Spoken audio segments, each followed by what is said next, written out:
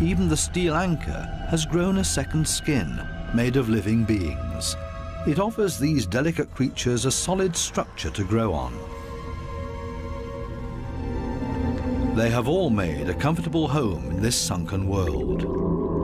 Not even the lights of the stub disturb any of the wreck inhabitants. New life has been created out of the tragedy of this sunken ship, the ingenious, life-renewing cycle of nature.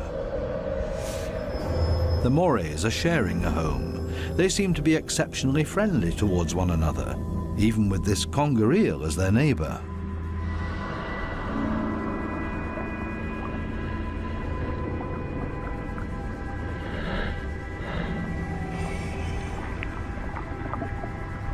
Even the octopus remains unharmed by the Morays.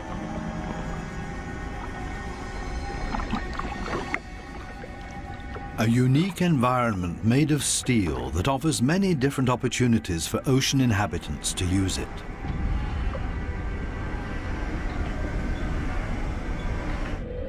Even this fishing net offers a conger eel a place to hide.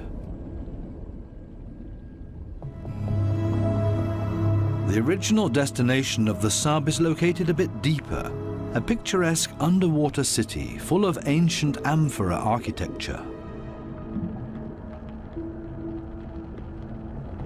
An antique merchant vessel sank here. Only the clay containers, once filled with Greek wine, are still visible. Now they offer homes and protection to many ocean inhabitants. Similar to the reef, hiding places are essential for staying alive down here. The amphorae have a very special shape. They taper towards the bottom, so they could be stored sitting upright in a layer of sand in the hull of the ship. The amphorae and their precious contents were safe during transport. Spiny lobsters welcome these types of caves. Conger eels also feel safe in this mess of amphorae and shards of clay, as if it was made for them and their slender, long bodies.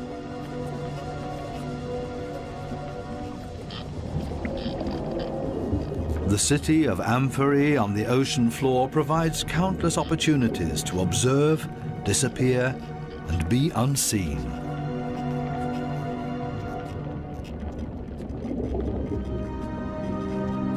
Maybe that's why this city seems to be very calm and orderly, even when the conger eel swims above everybody's abode. Nobody panics because they only have to withdraw slowly into their homes and are safe. The same goes for this forkbeard. The conger eel's only chance to make prey down here is to hide himself and ambush somebody. The sunfishes also don't have much luck feeding here, for the same reasons as the conger eel. On the other side of the globe, the Spencer Gulf in southern Australia. Every year, hundreds of giant cuttlefishes meet up to mate. The rocky seabed offers great holes and caves to hide the eggs.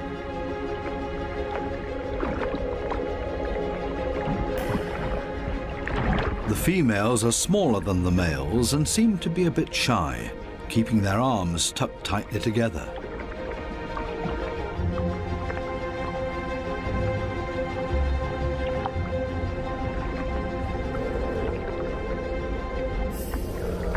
The males, on the other hand, present every bit of themselves openly to impress the females, but also other males that are potential rivals. When the going gets tough, it's always a good idea to hide behind the safety of a cloud of ink.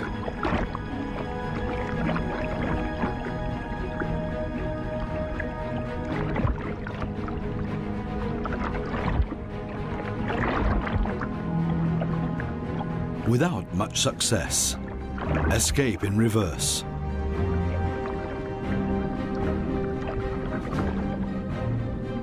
Only the strongest of them have a chance with the females. He's a winner and courts his female by changing his color to interesting stripes. She has agreed to mate with him, and they hug tightly. He deposits his sperm package into her mantle opening. Immediately afterwards, she withdraws into one of the caves on the ocean floor in order to avoid courtship from other males, a clear signal. The male is protecting his female from other rivals.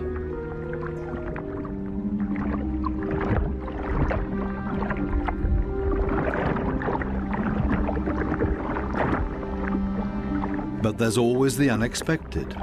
A so-called sneaker male tries to cut in. This male is much smaller and pretends to be another female by acting like one, very demure and shy.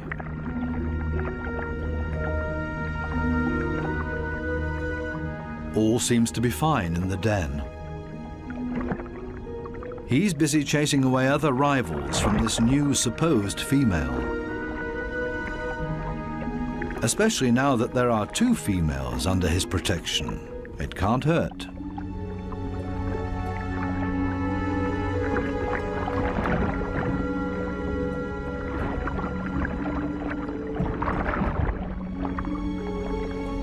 The 2 supposed females on the bottom below him are getting closer to each other, the sneaker male and the female. They mate in secret, under the protection of the strong male. As soon as the sneaker male is found out, it gets dangerous for him, but he has achieved what he came for and mated with this female. The beatings are nothing compared to the glory of his success. Intelligent strategies and tricks are essential for survival underwater and part of everyday life. A final dive into the magical world of sharks. This spot on a sandbank close to the Bahama Islands has great attraction for these lemon sharks. They come here by the hundreds, and nobody exactly knows why.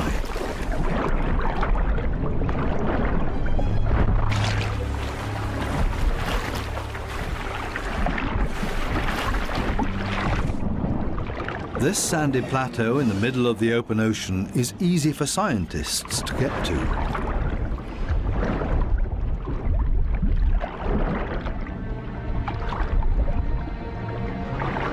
This experiment will show how sharks react to their own reflection. The metal mirror stands upright on the seabed. The animals that swim towards it will see their own reflection coming closer. How will these lemon sharks react? Now the researchers have to have strong nerves. Things stay surprisingly calm. The foreign object is almost ignored, as if it had been there forever. The sharks either swim past it or underneath it.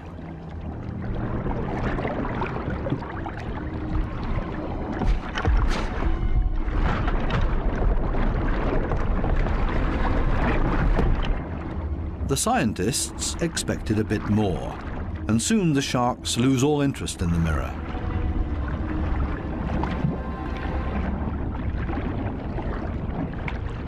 Some sharks even calmly drop to the seabed to rest.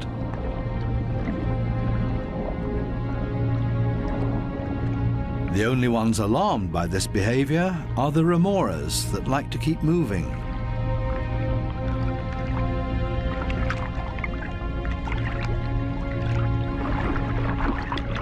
They let go of their shark and see if they can't hitch a ride with a more active individual. Shark hopping. This one isn't a good choice either, so they continue to yet another one.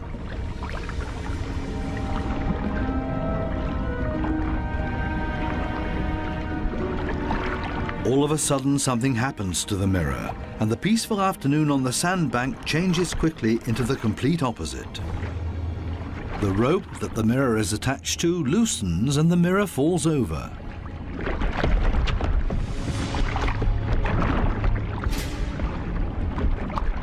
Suddenly, and seemingly out of nowhere, several sharks rush to the mirror and show great interest in it.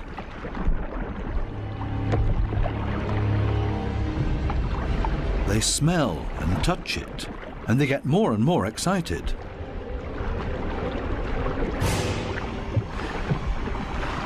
What happened all of a sudden? None of the scientists have any idea how to explain this change in behavior. The animals that were calm and collected only a second ago are now completely out of their minds, and the situation quickly escalates into a mass attack on the mirror. Do they mistake their own reflection for an opponent? It's time for the divers to leave because it's not safe anymore. The communication of the ocean inhabitants continues to offer new and exciting insights, though we will probably never fully understand them.